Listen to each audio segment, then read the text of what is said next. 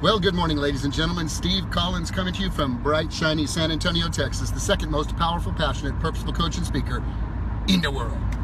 Cruising today with Tori. Hey, Tor. And I'm going to make this short and sweet today. If you are judgmental, basically, you're mental. This is what I want to say. If you're judgmental, you're mental. And what do I mean by that? And I don't mean to be judgmental.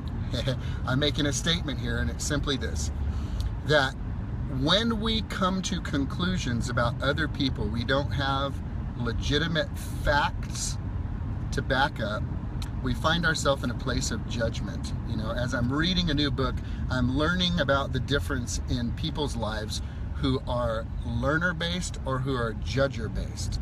Are you a learner or are you a judger? Learners ask questions and are into curiosity. Judgers make statements in their mind and they're into snap decisions.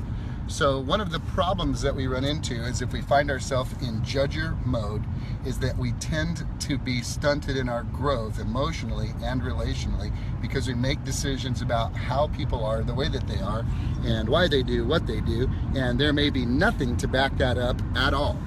It may just be basic assumptions. And here is the problem. The problem is called blind spots.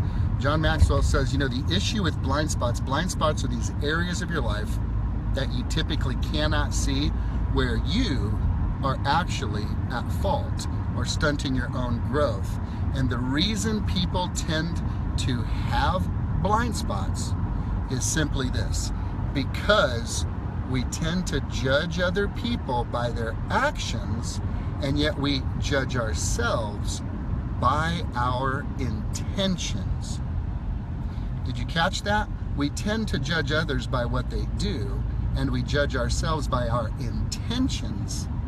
And you see, and with our own intentions, we also have context around that. So you may be doing the very thing you're judging other people for, and yet because in your head you have an intention to be different or act different or do different, you can actually be making a huge mistake. Does this say from India? Hold up a minute. Sai, wow, brother. Welcome from the United States to India. Love you, man. I'm glad that you're tuning in. I hope you enjoy what we're speaking about from time to time.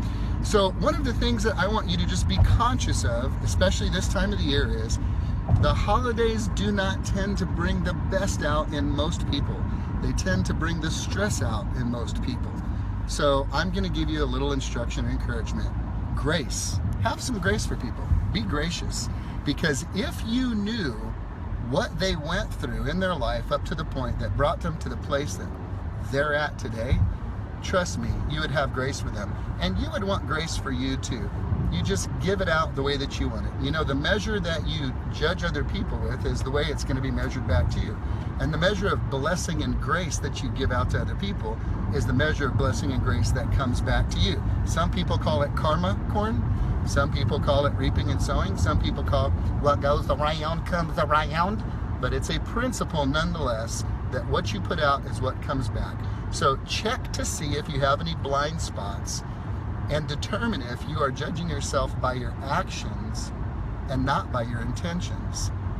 And step into learner role. Stay into curiosity instead of judgment, and you'll discover the beauty in everybody you come in contact with. Have a great day, guys.